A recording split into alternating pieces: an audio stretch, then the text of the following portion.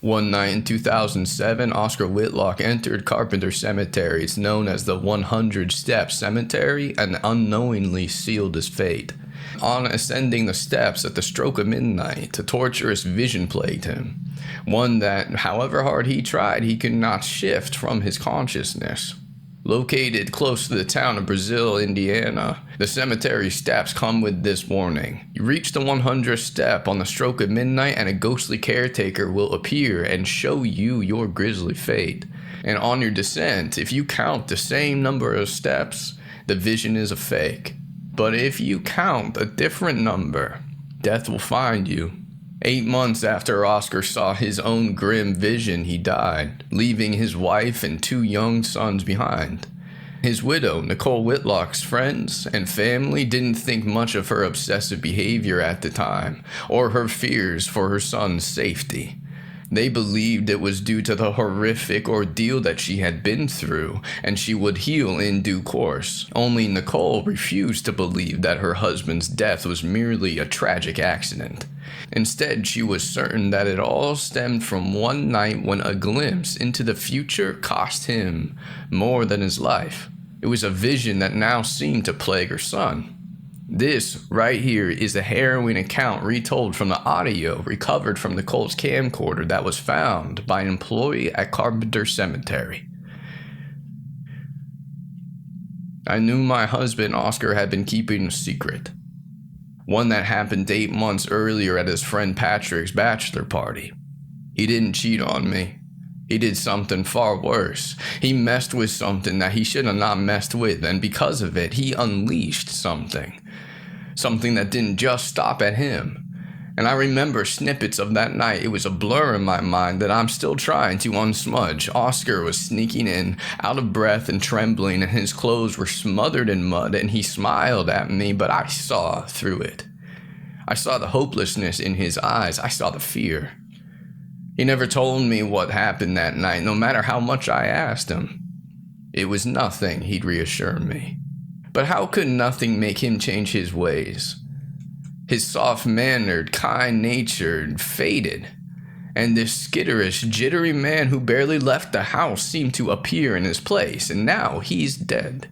And I was left behind trying to piece together the secret that led to this while raising our 2 sons. A cloud of sadness seemed to follow me around. But that mystery, in an odd way, it was the only thing keeping me going.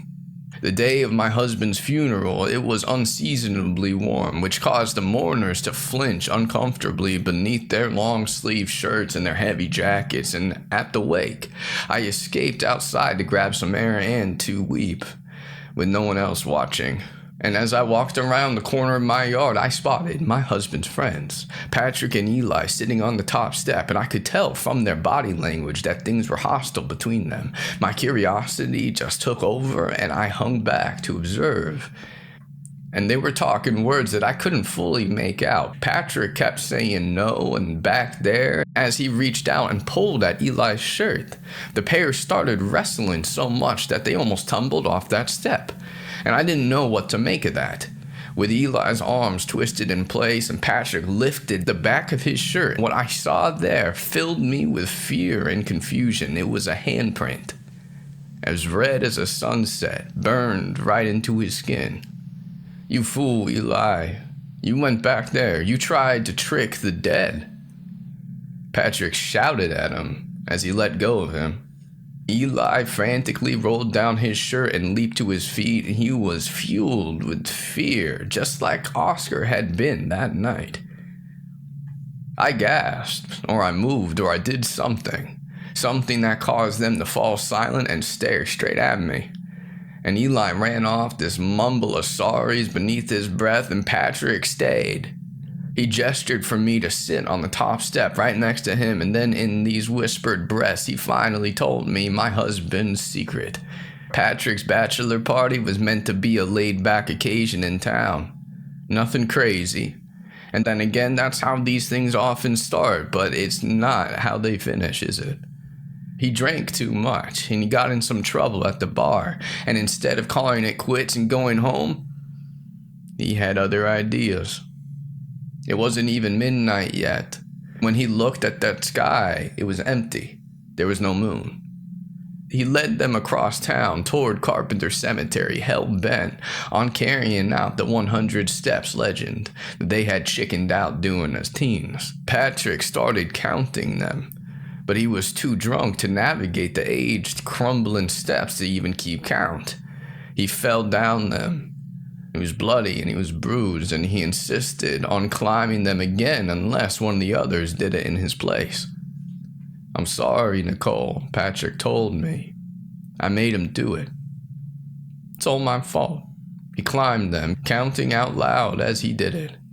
He thought it was funny at first, we all did. But then he became obsessed with his counting, and it was as though Eli and I didn't even matter. He seemed to miss the broken stone and the cracks even in the dark. He timed it perfectly. Patrick told me how when Oscar reached the top, they cheered. They didn't see anything, only a mist of nothing. But then he froze still at the top, as though something was distracting him. The church clock sounded, and it was at the last stroke, the stroke of midnight. Oscar started descending the steps, this desperation to recount 100 steps and void the happenings. He was certain he saw a man at the top of the steps in old frayed clothes, a man that the others did not see. And he mentioned something about the red car on the gray day, and he fell silent after that. He changed. I saw the guilt etched on Patrick's gaunt face and the anger that swarmed me. I didn't believe in ghosts and legends, not back then. What I did believe was that their childish games had sent my husband into a spiral of misery, one he could not shake free of. One that distracted him so much that on that dull day in April, when he was meant to be caring for our sons, he didn't notice them playing on the road. Until it was too late. My sons were adamant that they weren't on that road when he ran into it. The haze of red was the last thing my husband saw before his life ended. And I kept on hearing how it was a tragic accident, but I couldn't shake that nagging feeling that it was more than that. As the wait continued, I felt my anger grow, anger that Oscar chose to do something so stupid, to please his friends, and not be able to handle the mental consequences of his actions. Anger that Patrick and Eli let him. I cried until I could cry no more, and then I yelled and I screamed. It was Eli who found me staring into a cup of murky black coffee in the kitchen. He muttered that he was sorry. He scratched my back and he stared at the fridge. He seemed captivated by this drawing on it, one that my youngest son, Brandon, had drawn. Without warning, Eli suddenly freaked out. He tore the picture off the fridge, he scrunched it up, and he mumbling more sorries he left. I unscrunched that drawing. I looked at it properly. It was a stick figure standing in front of a red car. And then behind it, vertical and horizontal lines with oblongs or rectangular shapes were scattered around them. I stared at that until I realized what I was looking at. My son had drawn the day his father died, but he also had drawn something else. Something I first thought was a train track, but now I realized, to my horror, were steps. Cemetery steps. I couldn't process it properly. When the mourners left, I tried to carry on as normal, but pretend normal only lasts so long before reality shows its cracks. Started about a week after the funeral on a rainy, unforgiving day. My sons were playing upstairs and it seemed silent, too silent. I walked into that room to find my oldest Freddie reading a comic on his bed, unfazed by his brother. He was scrawling drawings on the wall with felt-tip pens. I started to shout, but then all my sounds caught in my throat and Brandon moved enough for me to see his rolled back eyes, to see what he'd drawn. A stick man dotted in red. A red car to match. Lines and scattered oblongs and triangles, the cemetery steps and the headstones. I grabbed his shoulders and I shook him. I asked him why you drove this, and through yells and screams, I didn't stop. It was Freddie who made me stop. Seeing my traumatized son, I felt like such a terrible mother. But Brandon had no recollection of why he'd drawn such a thing. I tried scrubbing those drawings until they faded to a smudge of what they used to be, and then I just tried to carry on like normal. Then I got the call from Patrick. Eli was dead. He visited Carpenter Cemetery late at night alone, drunk too much whiskey. He fell down those steps. They called it a freak accident. Made no sense to me. I'd seen the fear in his eyes, and now he was gone. Nothing more than cracked bones embedded with whiskey bottle glass. And that same night, I heard the scurrying noises outside in the yard, and I pulled back the curtain to see Brandon out there digging at the ground with his bare hands. I rushed out to him, but he didn't even stop. His eyes were glazed over, and he seemed to be in some kind of trance, as though he was still asleep. As I took his muddy hands in mine, I stared down at that pungent, damp dirt, and I felt curdling nightmare unravel before me. As I saw that he hadn't been digging, he'd been building something with that soil. A muddy staircase up to nowhere. And then the next night I caught him outside doing the same thing. I watched him as he sculpted the mud. He was unaware of what he was doing. The night after that, though, I locked his bedroom window and I removed the key and I jammed a chair against the outside of the door. He rattled at it. He rattled it as he let out these anguished groans. He rattled that door all night. And in turn, I lay in the corridor and I watched. And in the daytime, Brandon seemed oblivious to it all. He seemed oblivious to the drawings that he made out of everything he could find. Crayons and flour and red sauce. Petals from the garden. Always the same thing. A stick man and a red car. Steps to nowhere. I thought ignoring it, that would make it go away. But I was wrong.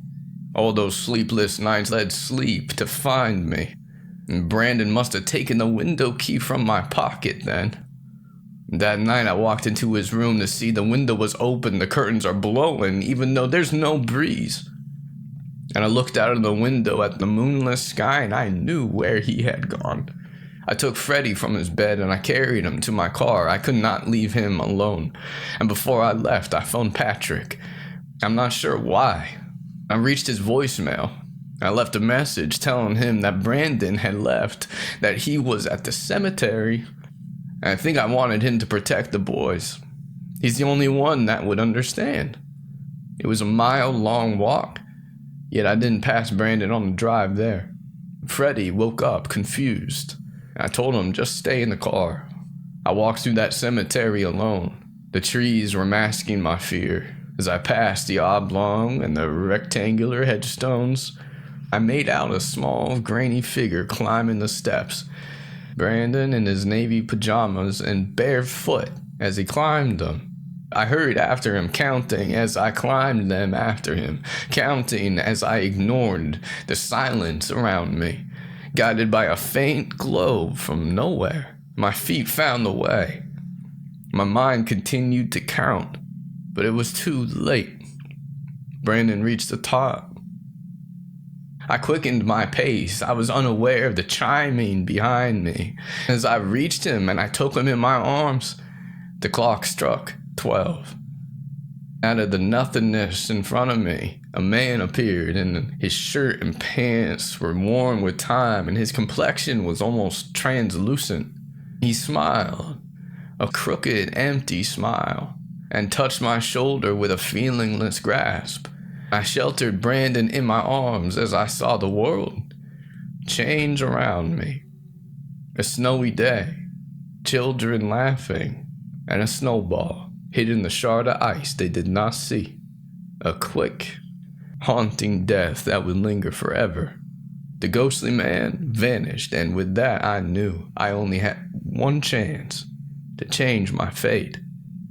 Brandon sobbed in my arms as together we descended, taking one step at a time, counting slowly.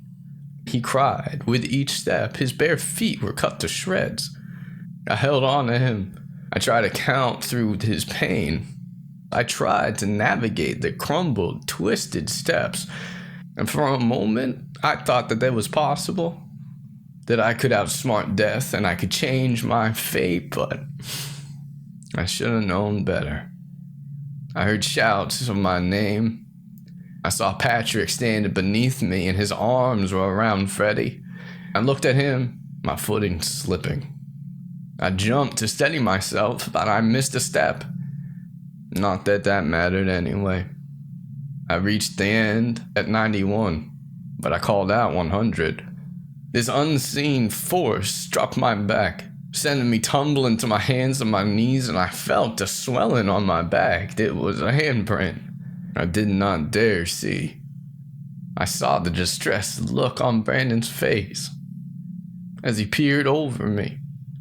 I knew how I would die. It haunted me, but it's how it must be.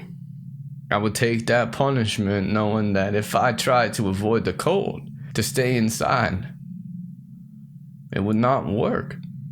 So when my time comes, I will die, in the hope that my sons will be spared, that they will live. Nicole Whitlock died the following winter in a freak accident from a puncture wound. Her sons, Freddie and Brandon Whitlock, moved to New York to live with their grandparents. They never returned to Indiana. A camcorder with grainy, blurred footage was found in that cemetery a few weeks before Nicole's death, and it is believed that, aware of her impending demise, she hid it right there to deter others from making that climb and discovering their own grisly deaths. Carpenter Cemetery was formed during the American Civil War. It's a cemetery that has more than history buried beneath it. Some still venture there. They're intent on discovering their own fate. For those that do, beware. A glimpse into the future can be a heavy weight to bear. Stories like this one live because people like you keep them alive. If you've heard whispers of places like Carpenter Cemetery in your own town, or if your family passed down warnings about places better left alone, I'd love to hear about them in the comments below. It's always blown my mind a little bit that only 36% of our viewers are subscribed. If these stories resonate with you, please subscribe so our channel can reach more people who appreciate tales like these. And if this story reminded you of the tales that used to keep you awake at night, please share it with someone who understands the pull of a good mystery. These old stories, they deserve to find their way to the right listeners. We'll keep this circle wide and the stories flowing. Thanks for watching. We'll see you in the next video.